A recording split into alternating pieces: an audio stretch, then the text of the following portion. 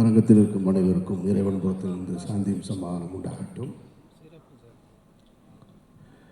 நவீன உலகத்தில் அரிய கண்டுபிடிப்பு சினிமா அப்படின்னு சொன்னால் அது மிகையாகாதுன்னு நினைக்கிறேன் நான். அப்படிப்பட்ட சினிமாவை இங்கே எல்லாருமே பல விதமாக பார்த்துட்ருக்காங்க. பொழுதுபோக்குக்காக சினிமா எடுக்கப்படுது. சிலர் பணம் சம்பாதிப்பதற்காக சினிமாவை எடுத்துகிட்ருக்காங்க. சிலர் புகழை சம்பாதிப்பதற்காக சினிமா எடுத்துகிட்ருக்காங்க. இன்னும் சிலர் அதிகாரத்தை பிடிப்பதற்காகவும் சினிமாவை எடுத்துகிட்ருக்காங்க. அதில் சினிமா என்பது தான் பேச நினைக்கிற அரசியல், தான் சார்ந்திருக்கிற அரசியல் அப்படின்ற எண்ணத்தோடு அணுகுகிற சில இயக்குநர்கள் இருக்காங்க. அது வெற்றிமாறன் இருக்கார், ரஞ்சித் இருக்கார், அந்த வரிசையில் மாரி செல்வராஜ் இருக்கார். நானெல்லாம் திரையில் அரசியல் பேசுகிற ஆள் கிடையாது, தரையில் மட்டும்தான் பேசுகிறது, அதனால் திரைக்கு போகிறதில்ல. அந்த வகையில்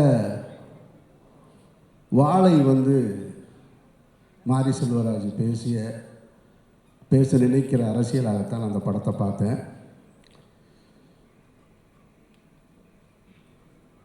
வாழ்க்கையில் இந்த ஒரு ஆணுக்கு பெண் மேலே ஈர்ப்பு வர்றது சின்ன வயசுலேருந்து வரும். அது திருமணமாகிற நேரத்தில் பொண்ணு எப்படா வேணும்னு கேட்டால் ஆண் சொல்லுவான் எங்கள் அம்மா மாதிரி வேணும்மா. பெண்கள்கிட்ட கேட்டால் எங்கள் அப்பா மாதிரி ஒரு மாப்பிள்ளை வேணும்னு சொல்லுவாங்க. இன்னும் சிலர் எங்கள் டீச்சர் மாதிரி வேணும்னு கேட்பாங்க. அதில் மாரி செல்வராஜ் சின்ன வயசுலேயே அவருடைய டீச்சரை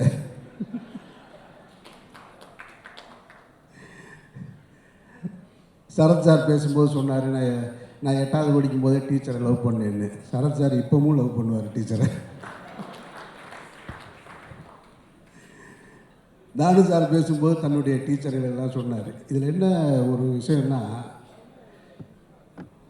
இப்போ இந்த டீச்சரை லவ் பண்ண அனுபவம் எல்லாத்துக்கும் இருக்கும். இப்போ சொல்லலாமா வேணாமான்றது தான் இப்போ இதில் இருக்கிற பிரச்சனையே. நானும் லவ் பண்ணியிருக்கேன். இப்போ என் கதையை மாறி எடுத்துட்டாருன்னு எப்படி போய் சொல்கிறது நான்? ஏன்னா எல்லாரும் லவ் பண்ணியிருக்கோம். இப்போ என் கதையை திருடி எடுத்துட்டாருன்னு சொல்ல முடியாது. இல்லை அதை பார்த்துட்டு இது என் கதைன்னு சொல்லி உரிமை கொண்டாடவும் முடியாது. ஒருத்தர் எடுத்துட்டாரு, சொல்லிட்டாரு, முதல்ல சொல்லியிருக்கணும், நம்ம சொல்லாமல் விட்டுட்டோம். நான் பேர் சொல்லலை, ஏன்னா அவங்க இப்போ என்னுடைய தாய் ஸ்தானத்தில் இருக்கிறாங்க. அந்த டீச்சரை நான் இப்போ பேர் சொல்ல முடியாது. நான் லவ் பண்ணியிருக்கேன். மாரி செல்வராஜ் அந்த படத்தில் அந்த பையன் பேர் என்ன, அந்த அந்த கதாபாத்திரம் சின்ன பையன் இருக்கான் இல்லையா, அதை எப்படி கர்ச்சிப்பெல்லாம் முகர்ந்து பார்த்தானோ அது மாதிரி நான் உங்களுக்கு பின்னாடி உட்காந்து அவங்க சேலை முந்தானையெல்லாம் பிடிச்சி பார்த்துருக்கேன். அதாவது இதை பார்த்துட்டு இன்னொரு டீச்சர் பார்த்துட்டாங்க. இதை இன்னொரு டீச்சர் பார்த்துட்டு, டீச்சர் என்ன வேலை செய்கிறான்னு தெரியுமா அப்படின்னு சொல்லிட்டு கூப்பிட்டு முட்டி போட சொல்லிட்டாங்க. சரி முட்டி போட்டு நின்னேன். முட்டி போட்டதுக்கப்புறமும் நான் முட்டி போட்டு நின்று அந்த டீச்சரை பார்த்துக்கிட்டே இருந்தேன். அவனுக்கு எவ்வளோ திமிரு பாருங்கள். டீச்சர் முட்டி போட சொன்னதுக்கப்புறம் அவன் உங்களை தான் பார்க்குறான் அப்படின்னு திரும்ப சொன்னாங்க. அந்த நினைவுகள்லாம் இருக்குது, மதுரை ஸ்கூலில் இருக்குது. அதுக்கு காரணம் அவங்க அழகாக இருக்காங்க அப்படின்றது கிடையாது, அவங்க நம்மக்கிட்ட அணுகிற அந்த முறை தான். அதுதான் அந்த காதலை உண்டு பண்ணதாக நான் நினைக்கிறேன். நான் இப்போ சமீபத்தில் அந்த டீச்சரை நான் வீட்டில் போய் பார்த்துட்டு வந்தேன், அந்த தாயை பார்த்துட்டு வந்தேன் அப்படின்னு சொல்கிறது தான் சரியானதாக இருக்கும். அந்த மாதிரி ஒரு வாழ்க்கையை மாரி செல்வராஜ் இந்த படத்தில் தன்னுடைய வாழ்க்கையை பதிவு பண்ணியிருக்காரு. சினிமாவுக்கு எல்லாருமே ஏதோ ஒரு மூலையிலேருந்து கஷ்டப்பட்டு தான் கிளம்பி வந்திருப்போம். எல்லாருக்குமே ஒரு கதை இருக்குது. தானு சாருக்கு இருக்குது, சரத் சாருக்கு, வெற்றிக்கு இருக்குது, ரஞ்சித்துக்கு இருக்குது, எல்லாத்துக்கும் இருக்குது, இங்கே இருக்கிற சூரிக்கு இருக்குது. ஆனால் எல்லோருக்குமே தான் வாழ்ந்த வாழ்க்கையை படமாக்குற அளவுக்கு வாய்ப்பு கிடைக்கிறது இல்லை. கிடைக்கும்போது வேறு ஒரு விஷயங்களை படமாக்குறோம்.